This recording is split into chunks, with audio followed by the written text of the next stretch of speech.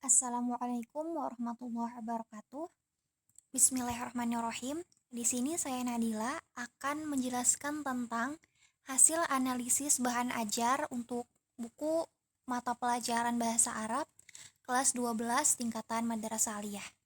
Nah, seperti yang kita ketahui bahwa belajar tarkib itu sangat penting bagi kita karena dengan belajar tarkib kita bisa mengetahui susunan-susunan atau struktur kata untuk pelajaran khususnya bahasa Arab. Nah, di sini saya tampilkan sebuah cover buku, yaitu buku ini adalah buku bahan ajar yang dikeluarkan oleh Kemenak untuk mata pelajaran bahasa Arab khususnya untuk siswa kelas 12 Madrasah Aliyah. Buku ini adalah cetakan pertama pada tahun 2020. Nah, berhubung di sini saya menganalisis bagian tarkib, pada bab pertama dari buku ini, materi yang diajarkan adalah tentang na'at man'ut dan juga idofah. Buku ini sesuai dengan KD dan juga indikator pencapaian kompetensi yang sudah dijabarkan di dalam bukunya, yang mana buku ini bertujuan agar siswa dapat menjelaskan serta mendemonstrasikan atau mempraktekkan tentang makna, fungsi, serta tata cara pembuatan na'at man'ut serta idofah. Pada bagian materi na'at dan man'ut sendiri, bisa dilihat bahwa diberikan atau disajikan contoh-contoh tentang na'at dan man'ut di dalam sebuah tabel, bahkan diberikan font yang berbeda atau warna tulisan yang berbeda untuk na'at dan man'ut sendiri. Contohnya seperti nomor 1 bisa dilihat ada kata at-talibul jadidu, itulah yang termasuk ke dalam na'at dan man'ut, dan dijelaskan pula pada tabel di sebelahnya bahwa itu adalah muzakkar, mufrad, marfu' dan itu adalah ma'rifah.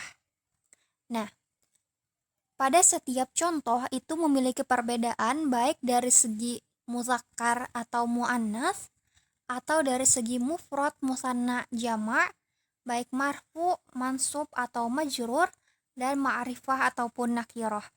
Hal ini bisa dilihat dan dibandingkan antara contoh katanya dan juga tentang penjelasan di kolom sebelahnya. Di dalam buku ini juga menjelaskan tentang pengertian dari na'at dan man'ut sendiri, tata letaknya yaitu lebih dulu man'ut lalu na'at, dan juga diberikan syarat-syaratnya atau bagaimana bisa terbentuknya na'at dan man'ut sendiri.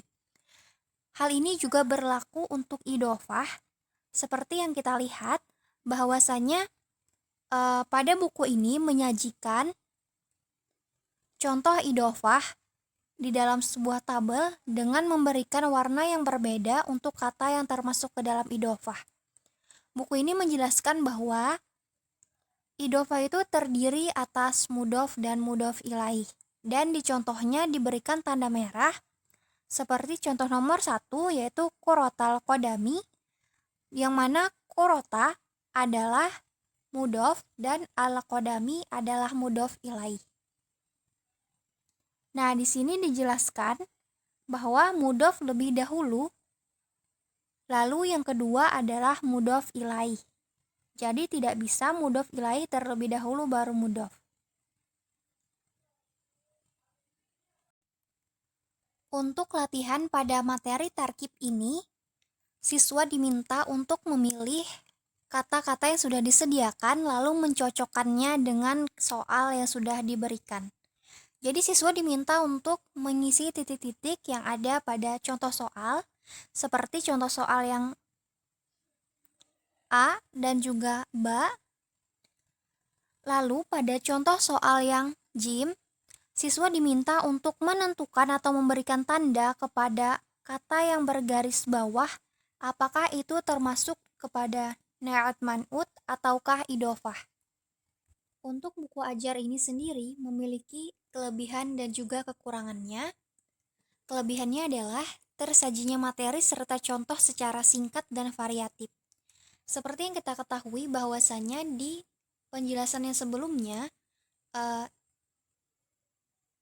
tentang pengertian atau makna-makna itu sangat singkat dibahas, dan juga contohnya sangat bervariatif, yaitu dibuatkan tabel dan juga diberikan warna huruf yang berbeda sehingga siswa mudah untuk mengenal yang mana naat dan man'ut serta idofah itu sendiri.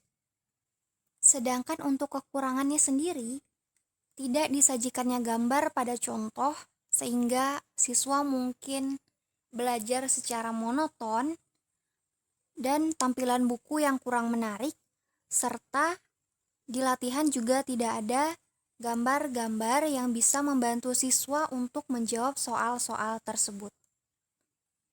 Dilihat dari aspek psikologis sendiri, untuk siswa kelas 12 itu pola pikirnya sudah memungkinkan untuk mempelajari tentang naat dan man'ut serta idofah.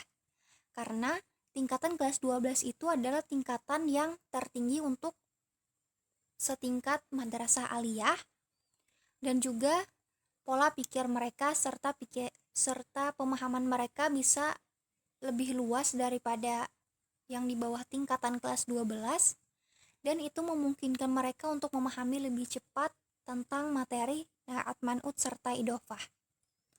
Untuk saran, alangkah lebih baiknya jika ditambah dengan gambar-gambar yang bisa membuat siswa termotivasi ataupun yang bisa membuat siswa merasa terbantu dalam mempelajari naat dan man'ut. Seperti ketika ada contoh, bisa diberikan gambar yang berkaitan dengan contoh tersebut atau dengan latihan agar siswa merasa terbantu dan juga merasa ringan dan cepat memahami materi naat dan man'ut serta idofah ini. Pada soal terakhir, seperti yang kita lihat pada bagian JIM, saran saya akan lebih baik jika ditambahkan materi sedikit tentang perbedaan antara naat dan man'ut serta idofah. Walaupun sudah dijelaskan tentang pengertian masing-masing hal tersebut, akan tetapi lebih baik jika ditambah dengan perbedaan agar siswa bisa lebih memahami. Nah, disinilah tugas guru sangat diperlukan, karena dengan bantuan guru siswa bisa bertanya dan mungkin guru bisa menjelaskan lebih lanjut tentang perbedaan-perbedaan antara naat dan man'ut serta idofah. Baik, mungkin itu saja analisis dari saya tentang buku bahan ajar bahasa Arab untuk kelas 12 Madrasah Aliyah. Saya mohon maaf apabila ada banyak kesalahan. Terima kasih sebelumnya. Wassalamualaikum warahmatullahi wabarakatuh.